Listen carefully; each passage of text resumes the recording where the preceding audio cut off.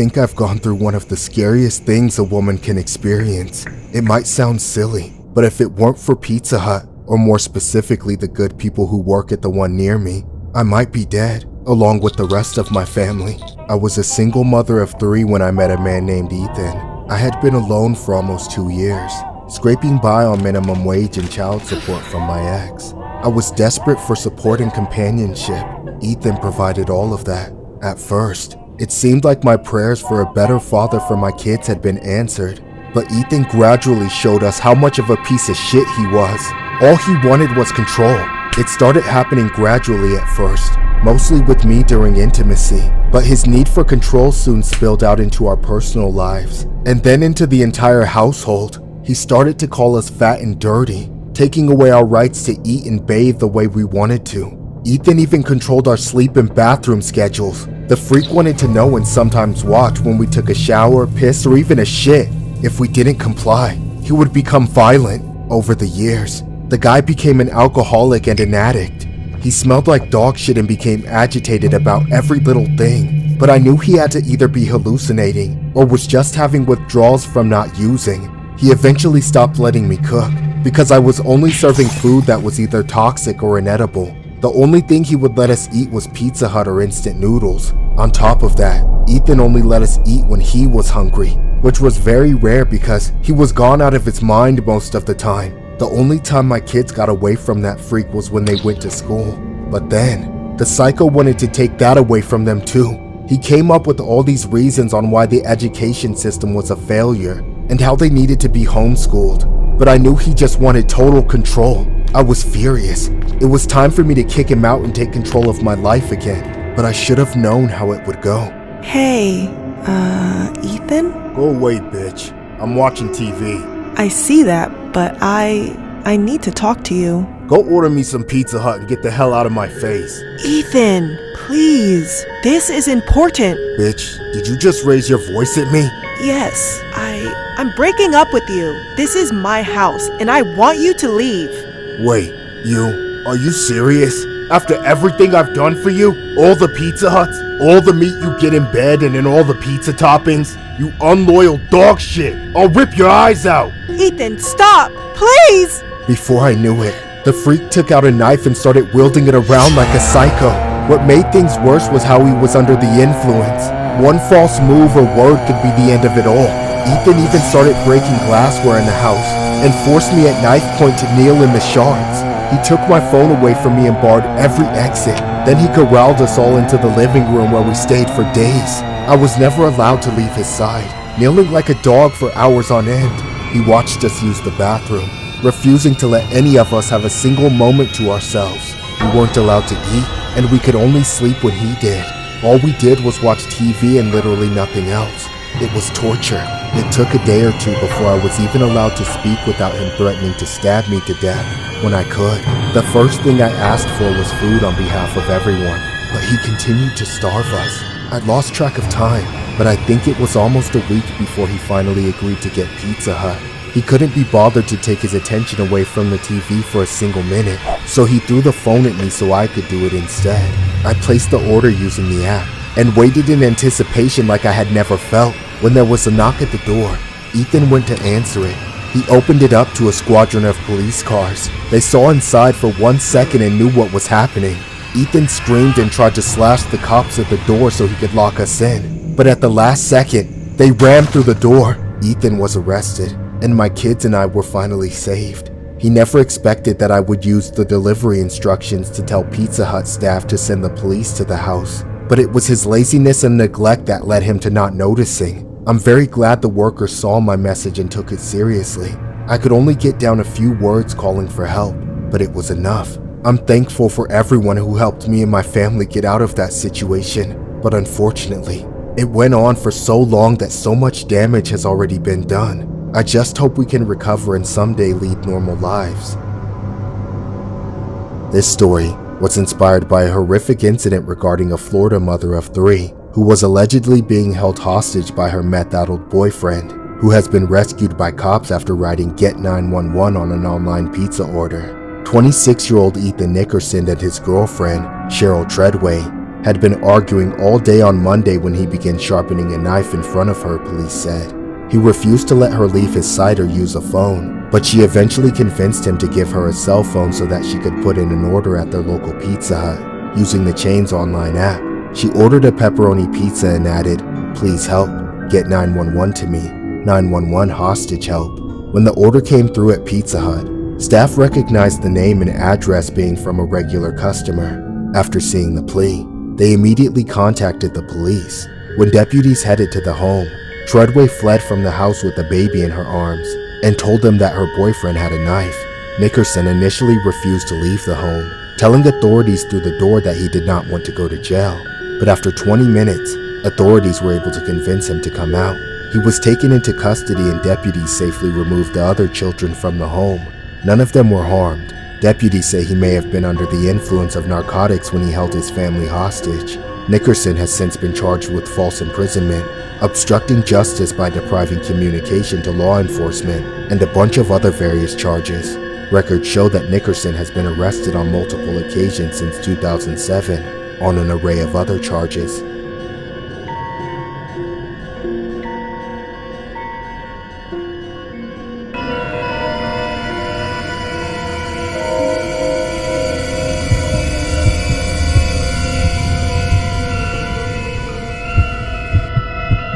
I work at Pizza Hut.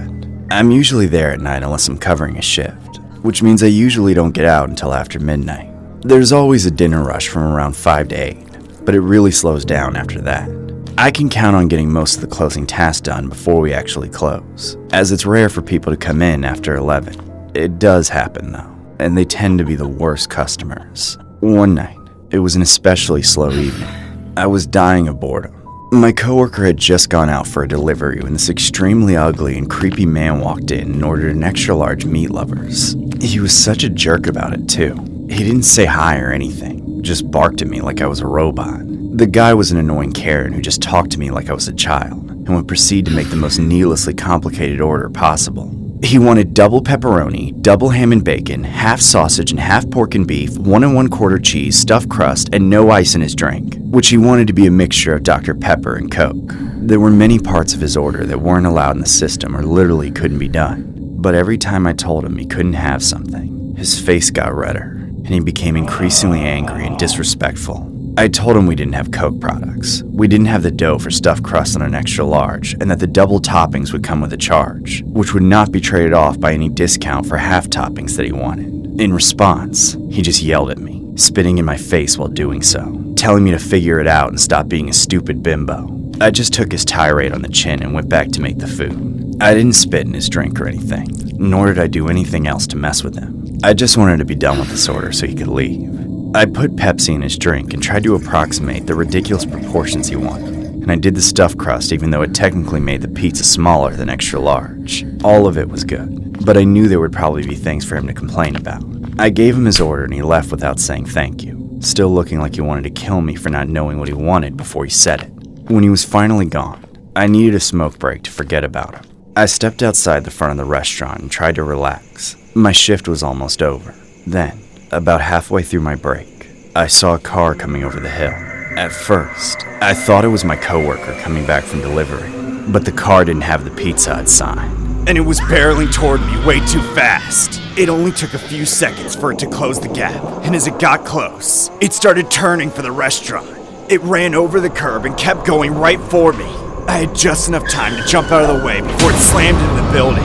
When I got to my feet and looked back, I saw the same guy getting out of the car with a giant wrench in his hand. He immediately started coming for me, screaming and threatening to beat me to death. You bitch! Are you trying to kill me? No! What the hell are you talking about? You poisoned my food! It tastes like shit! What did you put in it? Bleach? Cyanide? Nothing! I didn't poison anything, I swear! Don't tell me to calm down! Tell me the truth or I'll crack your skull in! Suddenly, the man swung the wrench. I thought he was going to hit me, but he smashed the window right next to me. I ran back in fear for my life as he pummeled the window until it was completely shattered. Then, he turned back to me. There was nothing but rage and bloodlust in his eyes. I was sure he was going to kill me. I thought about my family seeing my face, made completely unrecognizable. But just then, another car sped into the parking lot. It was my coworker. He got out of his car and started shouting at the man from behind his car door saying, "Hey, leave her alone! Get out of here! Stay out of this! This dumb slut tried to poison my food! Hey, listen to me! Leave her alone or I'm calling the cops! I'll shove this wrench up your ass!" The man ran up on my coworker and slammed the wrench into the top of the car door. My coworker was inches away from his fingers being crushed as he fell back into his car and slammed the door shut. But the psycho just kept wailing on his car. He floored it in reverse, screeching to a halt several yards back. Then, he tried to run the man over. The man fell backwards, trying to get out of the way. Then he jumped back into the safety of his own car. He swerved in my direction for one more assault before he finally sped off. We called the cops as soon as it was safe. We showed them the security footage of him attacking us and damaging the property. And although the quality was really bad, they managed to get his license plate. He was arrested not long after, and I couldn't believe the BS he tried to pull to defend himself. I heard he begged them not to arrest him, because in his mind, he did nothing wrong as he didn't actually hit or hurt anyone. Never mind the smashed windows and the mental trauma from being terrorized within an inch of our lives. I can't count how many times I've had nightmares of being pummeled to death with a wrench. People like that psycho need to be taken off the streets. This story was inspired by a horrific incident regarding a 38-year-old Idaho man named Seth Samuel Brooks, who was charged with a felony count of aggravated assault after he reportedly threatened to use a wrench to beat and take out Pizza Hut employees he said had poisoned his food. An employee said she was outside behind the restaurant on a cigarette break when a silver Mitsubishi Lancer drove at her aggressively. Brooks then got out of the car holding a large wrench and started yelling at her about poisoning his food. A Pizza Hut delivery driver saw the altercation and approached Brooks, who turned and threatened him too. Brooks then got into his car and left. Called to the scene, police arrested him 3 miles away. Brooks admitted to being angry at the employees and told cops he went there to confront them, but said he didn't think he committed a crime because he didn't actually hurt anyone.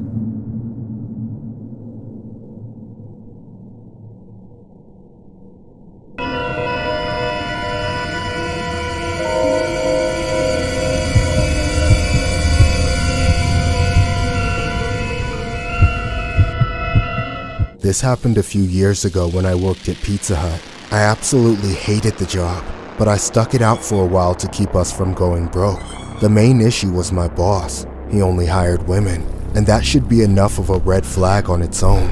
But there were a lot more issues than just that.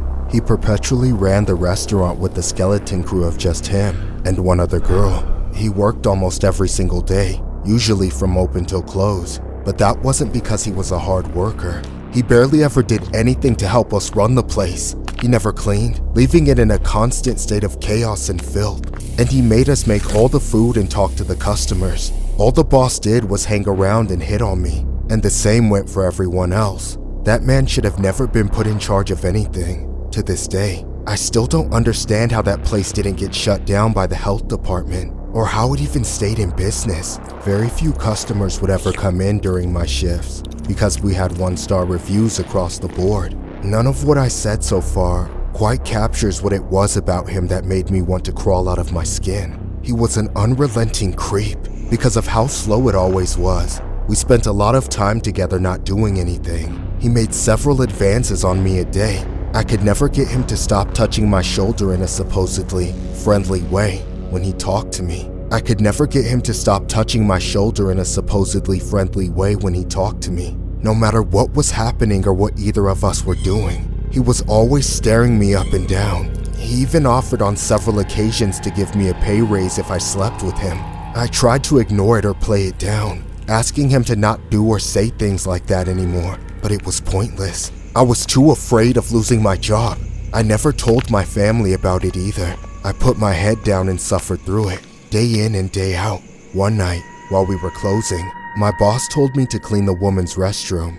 I didn't think much of it. I just got the mop and swabbed the floors. The toilet and sink were clean as far as the usual standards were concerned, so I didn't think he wanted me to do much more than that. However, as I was exiting the bathroom, he stopped and blocked me from leaving. Instead, he handed me a sponge and spray bottle and told me to scrub the sink. It felt a little out of the ordinary for him to want things extra clean. but I didn't say anything. Unfortunately, it seemed like he was being weirdly picky about how I did it, because he stood in the doorway and watched me, critiquing me behind my back.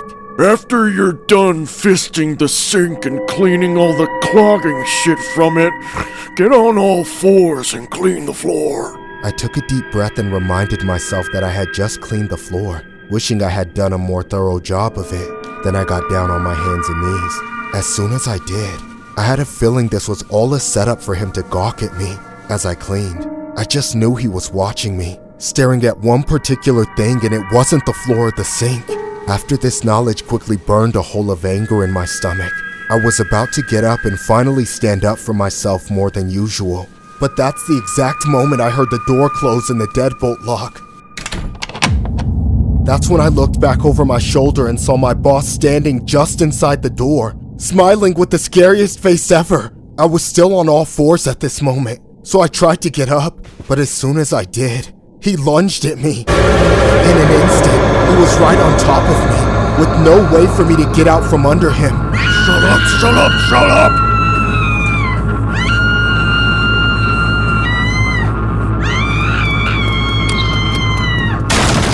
After several agonizing minutes in hell that felt like an eternity, I ran out from the bathroom and all the way to the car, puking everywhere.